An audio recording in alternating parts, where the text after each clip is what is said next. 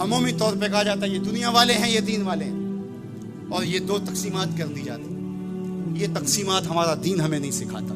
दोनों पलड़े बराबर रखो, दुनिया भी और दीन भी। असल दुनिया क्या है? मुल्ला रूमी बोले, चीज दुनिया आज खुदा गाफिल बुदन। दुनिया है क्या? खुदा से गाफिल होने का नाम दुनिया है। वो आप चाहे मिंबर पे बैठ के गाफिल हैं या दुकान पे बैठ के गाफिल हैं, वो आप दुनियादारी कर रहे हैं।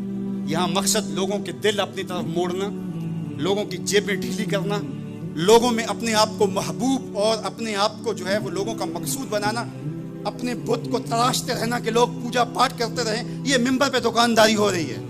और दूसरा दुकान पे बैठा है लेकिन सच का दामन नहीं छोड़ता। मेरे हुजूर ने फरमाया, सच्चा ताजर क़यामत के दिन पैगंबरों के साथ उठाया जाएगा।